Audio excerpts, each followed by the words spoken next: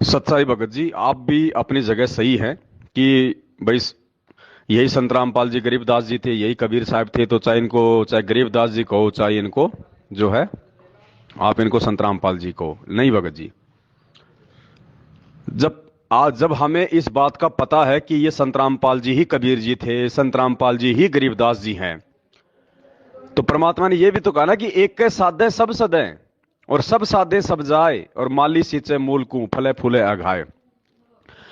आपके अनुसार यदि गरीबदास जी एक ही थे, कबीरदास जी भी वही थे, संत रामपाल जी भी वही हैं, और वास्तव में वही हैं, लेकिन उसके बाद भी क्या आप गरीबदास जी नाम से पहले पूजनीय शब्द लगा सकते हैं? क्या आप अकेले गरीबदास जी की फोटो को दंडवत प्रणाम कर सकते हैं? नहीं कर सकते। आप क्यों नहीं कर सकते? क्योंकि हमें पता है कि वो होने के बाद भी हमारे लिए उससे भी उत्तम, जो पूजनीय है, जो आदरणीय है, वो उस कबीर परमेश्वर का वर्तमान नाम रूप है, वो शरीर है। तो इसलिए हम भगत जी अब ये थोड़े ओछे हथकंडे अपनाने में आ जाएगा। भगत जी, मंसूर की कहानी क्यों सुनाई परमात्मा ने? क्या कहा था उस राजा ने, उन मौलवियों ने, कि मत बोल अनल हक, हम जो तेरे को नाम दे रहे हैं वो नाम बोल ले। नहीं, जो मेरे गुरु ने दिया वही बोलूंगा, अनल हक। एक हाथ काट दिया। अभी भी मान जा, मत बोल अनल हक। नहीं, वो चाहता तो अपने गुरुजी का नाम ले लेता, कोई और नाम ले लेता, कोई गुरुजी से प्रार्थना कर लेता, गुरुजी इस नाम से मुसलमान धर्म को नफरत है, मेरे को कोई दूसरा नाम दे दो। नहीं, वो गुरु वचन पे डटा रहा। तो गुरुजी ने जब एक बात बोल दी हमें सीधे तौर पे भगत जी, कि ये फोटो जो है ये काल्पनिक है, और तुम्हारा वक्त गुरु से ही बेड़ा पार होगा। तो वक्त गुरु कौन है, वो किस नाम से आया हुआ है, फाइनल है।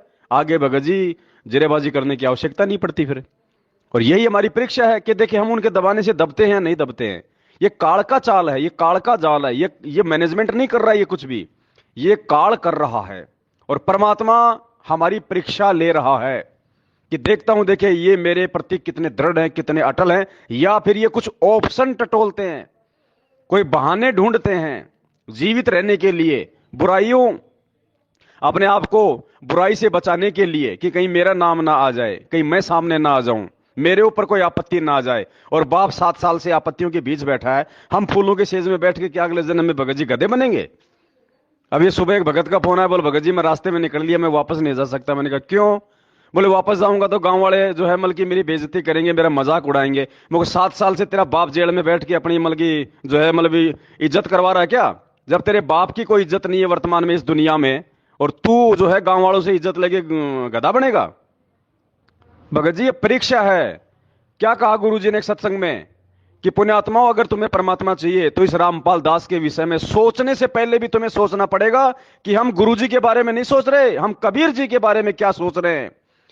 हर प्रकार से हमने इस प्रकार से ध्यान रख के एक एक शब्द निकालना है जुबान से। तो भगत जी गुरु जी ने एक सत्संग में कहा था कि ये कबीर ही परमात्मा है।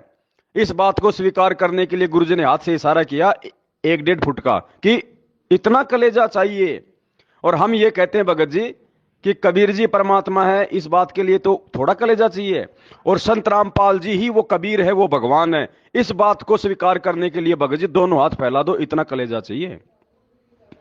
इसलिए परमात्मा कहते हैं कामी क्रोधी लालची इनसे भक्ति ना होए, और भक्ति करे कोई सूरमा जात वर्ण कुल खोए। एक एक वाणी का एक एक गहरा रहस्य है भगत जी। ये संत रामपाल ही चलेगा वर्तमान में कलयुग की पिछली पीढ़ी में। कबीर इनका वैदिक नाम है।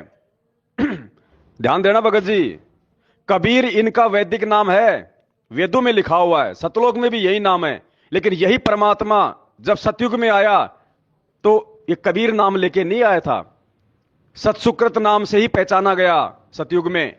जब यही परमात्मा कबीर परमात्मा जब ये त्रेता में आया तो ये मुनिंद्र नाम से पहचाना गया, द्वापर में आया तो ये करुणामय नाम से पहचाना गया, ये कलयुग में आया तो ये कबीर नाम से पहचाना गया। क्योंकि ये जिस नाम से आता है उसी नाम से पहचाना जाएगा।